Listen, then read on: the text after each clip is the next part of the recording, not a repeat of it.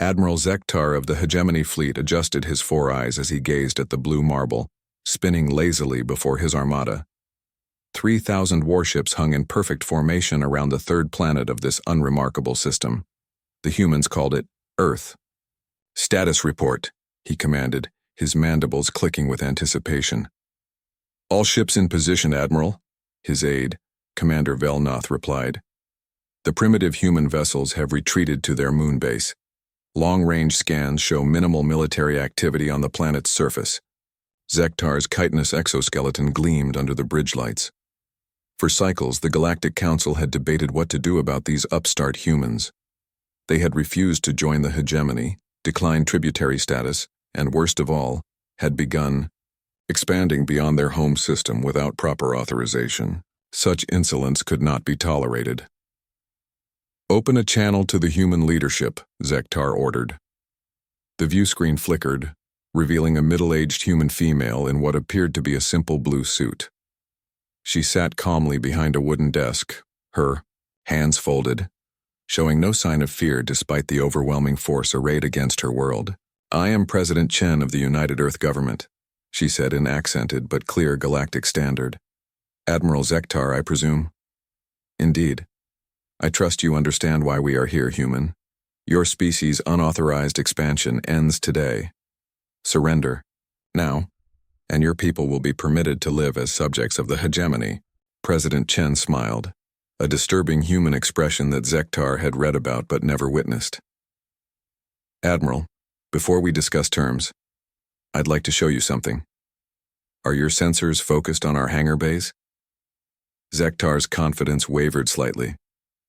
The human seemed oddly composed for someone facing annihilation. "Our scans show your military installations are largely empty. Your fleet fled to Luna at our approach." "Not fled, Admiral. Relocated. You see, we've learned much about your tactics from our contacts in the Outer Rim. The hegemony always surrounds a world completely, assuming that any species capable of interstellar travel must keep their fleet in orbit." Her smile widened. "You never considered that a truly paranoid species might hide their real navy underground." Warning klaxons began blaring across the bridge. Commander Velnoth's voice cracked as he reported, "Admiral, massive energy signatures emerging from the planet's surface. They're coming up from inside mountains, from beneath the ocean, floors from what we thought were civilian cities." On the tactical display, red dots began appearing across Earth's surface. First dozens, then hundreds, then thousands.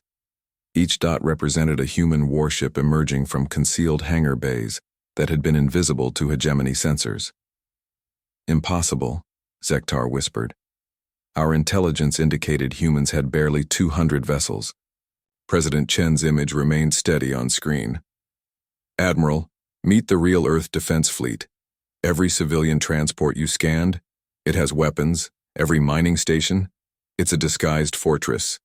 Every merchant vessel in our outer colonies, military ship with a fake transponder." The dots on the tactical screen continued multiplying.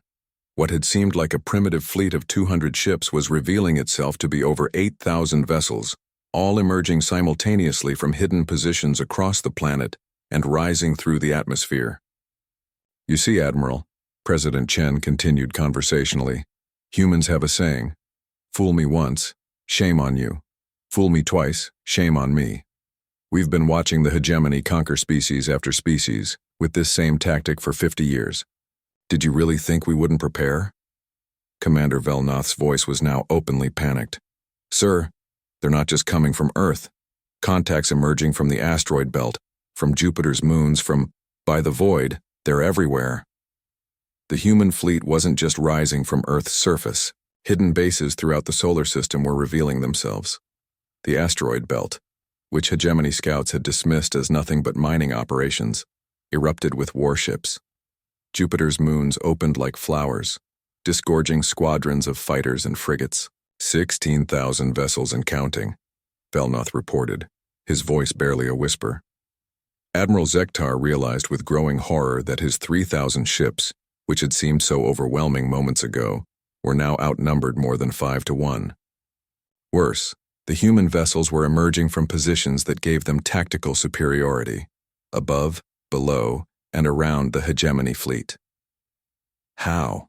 He managed to ask. President Chen leaned forward slightly.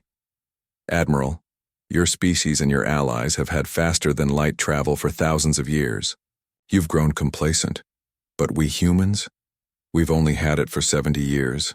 We remember what it was like to be trapped on one world, vulnerable, helpless. We swore we'd never be helpless again. The tactical display showed the human fleet moving into attack formations with military precision that spoke of extensive training and preparation. These weren't hastily assembled militia. They were professional warriors who had been preparing for this exact scenario for decades. Every human world, every colony, every station has been built with one principle in mind, President Chen continued. Never again will humanity be at the mercy of a superior force. We've spent half a century turning our entire civilization into one massive hidden military complex.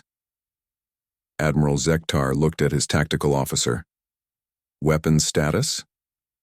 Sir, they have us completely surrounded. Multiple targeting locks on every ship. If we move to attack formation, we'll be caught in crossfire from 6 directions. The Admiral's worst fears were confirmed when President Chen's next words came not as a plea or negotiation, but as a simple statement of fact. Admiral Zektar, you are surrounded and outgunned. I'm transmitting the coordinates for your retreat vector now. You have 10 minutes to begin your withdrawal, or we'll consider your continued presence an act of aggression. For the first time in the history of the galactic hegemony, an invasion, fleet found itself staring down the barrels of a force that had turned an entire star system into a fortress. Admiral Zektar closed his 4 eyes and gave the order that would echo through galactic history. All ships, begin withdrawal. Signal the Council. Humanity is not to be underestimated again. As the hegemony fleet began its retreat, President Chen offered one final observation. Admiral, you might want to tell the Council something else. Every species you've conquered over the past 1,000 years, we've been in contact with them. They're not as helpless as you think anymore either.